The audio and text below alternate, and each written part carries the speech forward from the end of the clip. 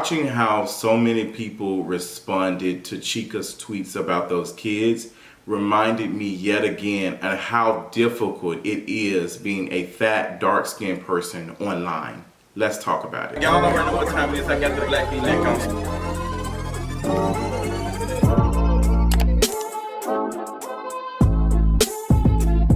What's going on, you all? I want to talk about Chika and her recent tweets.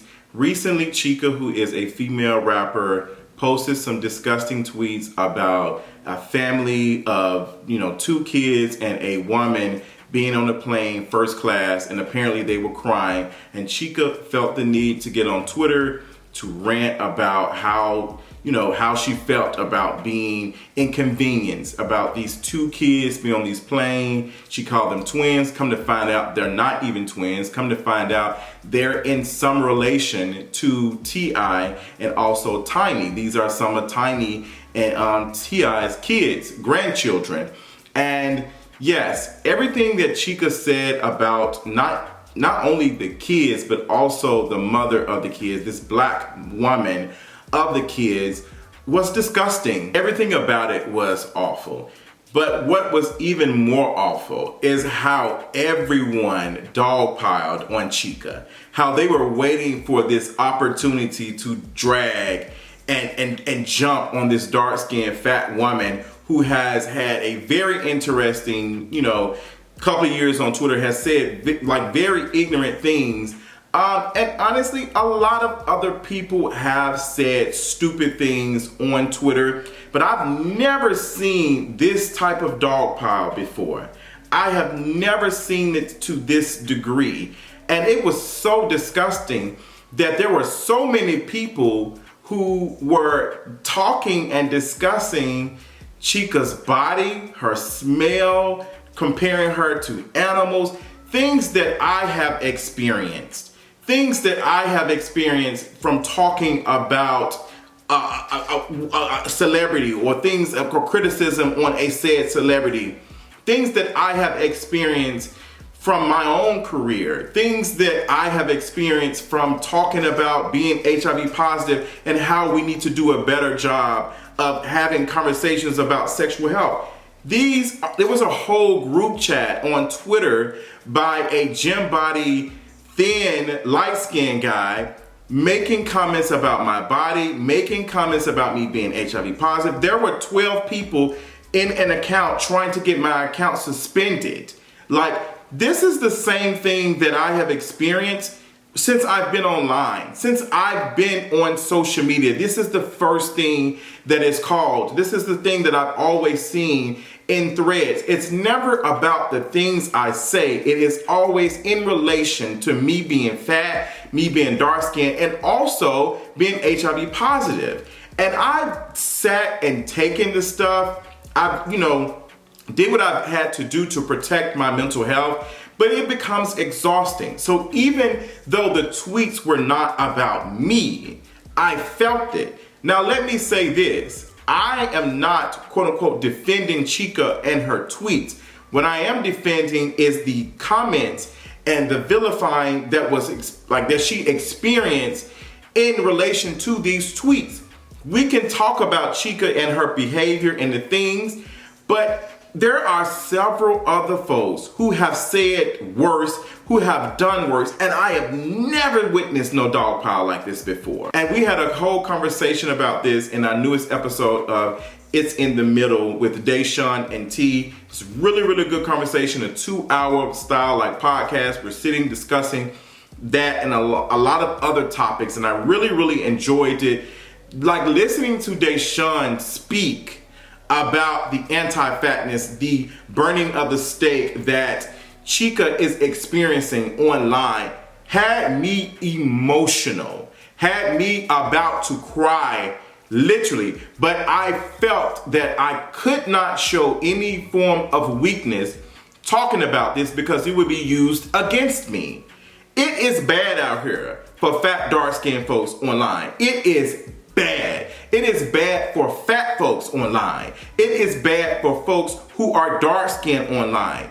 Like, it has come to the point that when the things happen, I just automatically mute it because I already know where it's going. And what's also hilarious about this is some of the people who've had some of the most disgusting things to say about her are folks that I have muted and blocked because I know they're going to do it, even though they have mutuals with people who I follow. It's ridiculous. So in relation to Chika's tweet, yes, Chika was out of line. She shouldn't have said that. Downloading or getting internet to write how you feel about being inconvenienced from children crying. Children cry. We are all annoyed by it. We don't want to hear it, but they're children at the end of the day. They're children. And we are sharing space with these folks to travel. That's what it is. That's what it is. We have to share space. It also makes me think about my recent trip to the movies where more than halfway through the movie, there was someone on their phone, bright white phone in my eyes. I have astigmatism, so it's just continuously like blinding me. And I had to ask them to turn the phone off or lower the brightness. It's like maybe something happened during COVID, but something is wrong with us not being able to share space with other humans. It's not making sense to me. It's not clicking at all to me. We all share space, and it's just like things have gotten worse. So I listened to a podcast the other day that talked about flight attendants and how things have not gotten necessarily worse, but they've always been like that. But you can tell that things have definitely changed since COVID, but they always have been irate passengers and things. We've seen videos of the man who was complaining about the baby crying and people laughing and recording and people agreeing. People were agreeing with it. I've been on a flight with, a baby crying and all the other stuff. I might complain, but I've never used the words that Chika was using. And the podcast I'm referring to is The Assignment with Audie Cornish. It's one of my favorite podcasts. It's a black woman, just very intelligent. I love how she picks apart things and has conversations and stuff. So I was thinking about all these things in relation to Chika's tweet. Yes, this is something that, none of us want to hear a baby cry. Like that's just noise. But also we are sharing space with people, with other folks, and we have to be mindful of that. Babies are crying, their ears are hurting because they're on the plane. I would probably cry too. I hate the pressure and all that, how it affects my ears. It takes me a couple of days to recover from taking the flight. So I can only imagine how it is for a child. But that doesn't give Chika the right, her being inconvenienced, to talk about these children the way she did.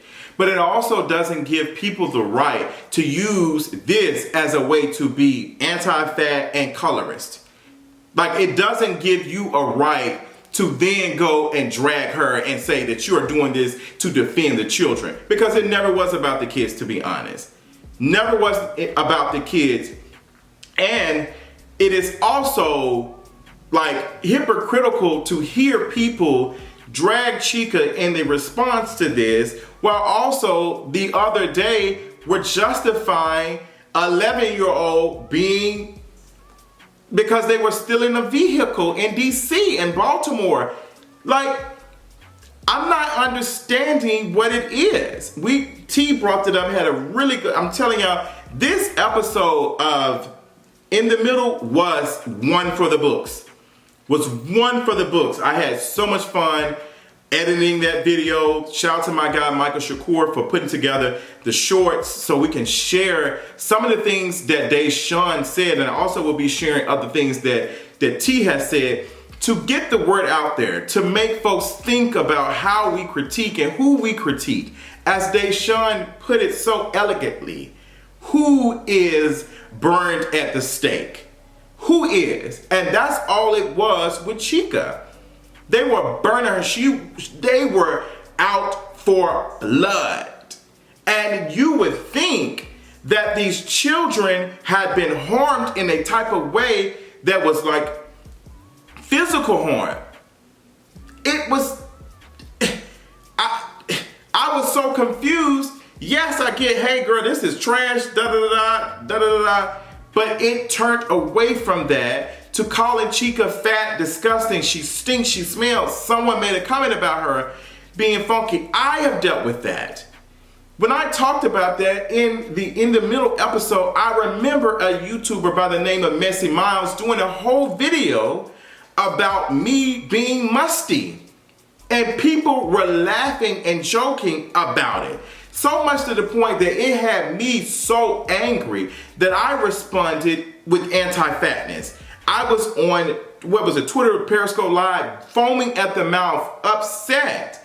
Because to me, how dare you also be fat and dark skinned? You're darker than me, and you're making comments that hurt both of us. I'm so glad that I'm not in that space anymore. I'm so glad that I have done the work. I have done all of the things I need to do and continuously doing to get me out of a place where I have to critique someone's body to critique that. I'm critiquing the behavior. And we can't focus on that, apparently. Because what happens when a person who is read as desirable, who is thin, who is lighter skinned, who makes a comment like that, like Chika did, are they experiencing the same stuff? Hell no. It does not happen. It does not happen. It doesn't, because we are already looking at Chika as the villain. She is already the villain. We just so happened to catch her doing something that was villainous. She's already that, but now it's like, oh girl, we got her. We got her. All we have to do is block Chika and move on. I do it all the time. There are people who say stupid stuff on social media. I don't even engage anymore. I block them and move on. Block them and move on. But people were interested. It became a national story. Because how dare you, you fat, dark-skinned black woman, how dare you have the nerve to be ugly inside and outside? Because that is what is expected of fat folks and folks who are read as undesirable, that you need to be beautiful in the inside because your outside is ugly.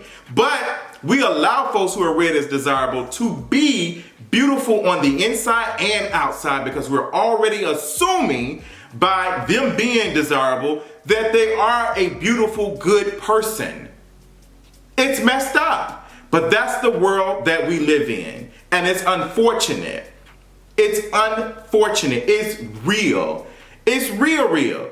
And all of the folks right now, there's a conversation. I'm going to get into that too because I'm in it today. There's a conversation about the Deviant event, supposed to be a queer-friendly space for queer people to party and live their lives, do their things. It's a party that travels and goes from Atlanta to New York to DC to Chicago to Texas.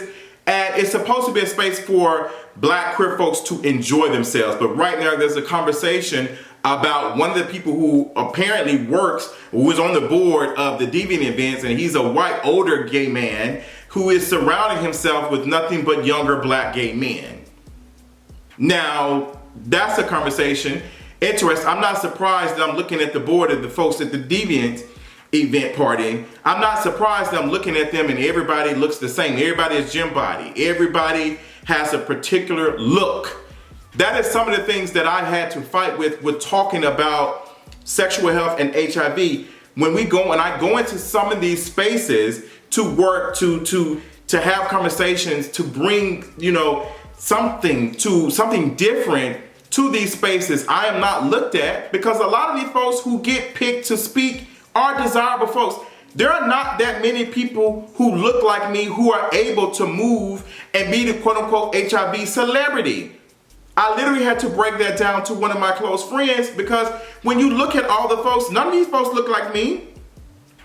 So I'm not surprised that a space that's supposed to be for queer black folks are only gym body folks and also allowing a white person in it to fetishize young blacks. I'm not surprised. So all of this is anti-blackness. All of this is a continued circulation. And I'm tired. That's why I took a break from Twitter. I said, I can't do this. Between that and also the black football player being with the fat white dude, I couldn't do it.